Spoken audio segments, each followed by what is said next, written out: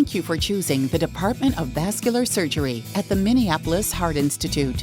We are here to take good care of you as your abdominal aortic aneurysm, also called an AAA or AAA, is repaired. Now that you and your doctor have chosen an endovascular aneurysm repair, we want to help prepare you for either a branched repair or a fenestrated repair, also known as FEVAR. This video will guide you through each stage of your care, from pre-planning to procedure day and days after procedure. By understanding the details before your hospital stay, you can focus on getting better once treatment begins. It is equally important for your support team to understand your procedure before your hospital stay. This helps them be better prepared to support you during your hospitalization and recovery. We recommend you designate one lead person as family liaison during your hospital stay. This person will keep your support system updated on your progress as needed.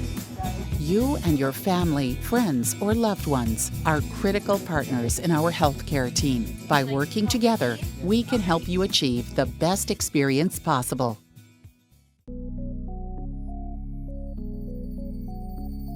The aorta is the largest blood vessel in the body. An abdominal aortic aneurysm is a balloon-like bulge that forms at a weak place in the aortic wall. The purpose of an endovascular repair is to prevent aneurysm rupture utilizing a hollow sleeve made of strong, flexible fabric called an endograft. A fenestrated or branched endograft uses openings or extensions to connect the endograft to the kidney arteries and, if needed, the mesenteric arteries, which supplies blood to the stomach, intestines, liver, and spleen. When finished, blood can begin to flow safely through the aorta. The procedure takes place in a specialized operating room. Anesthesia is used to keep you relaxed and pain-free. The amount of time needed for this operation varies, but generally is between 3 to 6 hours. A typical surgery begins with a small needle inserted into each leg artery in the groin. If groin arteries are hardened with plaque, surgery begins with 2 small incisions into each leg in the groin area. A thin, flexible tube called a sheath is inserted into the artery and guided to the aneurysm. Guided wires are placed as markers in the kidney arteries. If needed, the endograft branches are aligned with the mesenteric arteries. The endograft is placed into the weakened wall of the aorta, relining the vessel. Using direct X-ray guidance, the openings, or fenestrations of the endograft, are aligned with kidney arteries. If needed, the endograft branches are aligned with the mesenteric arteries. Wires are released and placed into the endograft. Wires are released again and placed into the arteries. The endograft is deployed, connecting the arteries and endograft. The site is examined under X-ray guidance, making sure there is no leakage between the kidney stent and the aortic endograft. The sheath is removed and the artery is closed. Now, blood can begin to flow safely through the aorta. You will receive pre-procedure instructions to help get needed details in place before your procedure.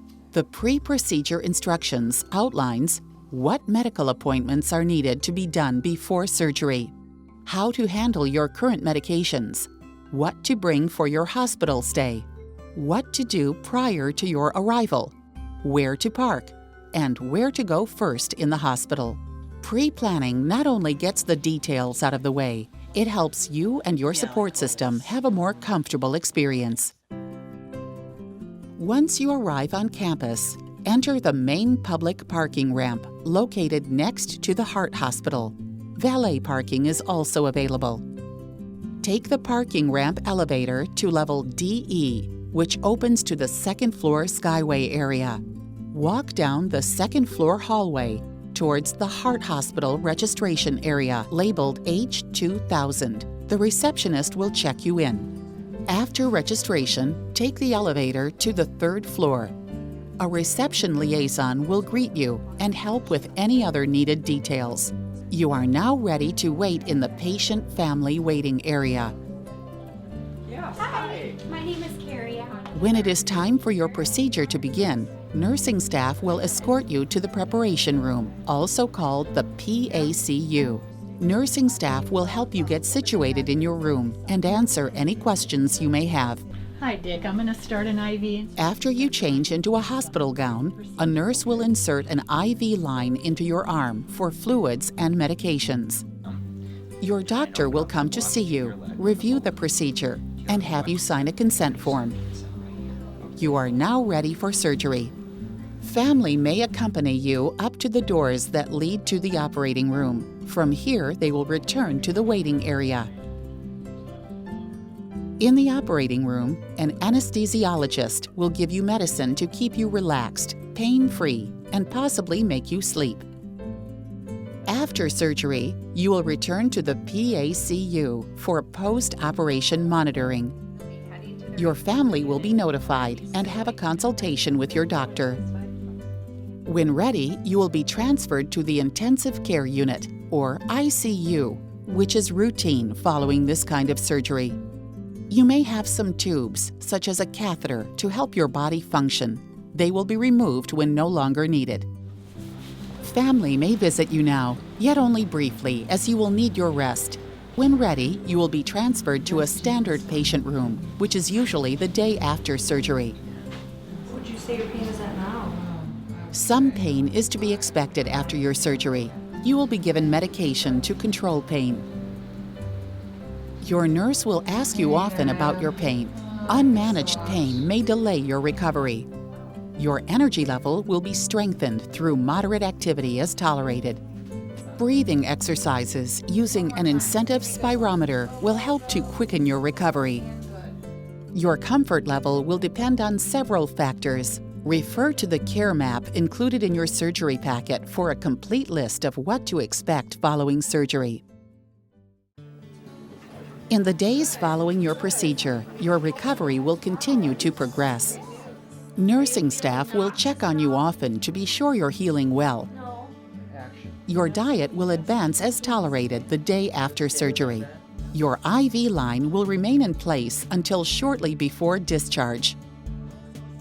Expect your hospital stay to last between 2 and 3 days. Many patients are able to leave the hospital 2 days after surgery. Plan to avoid strenuous activity for 1 to 2 weeks.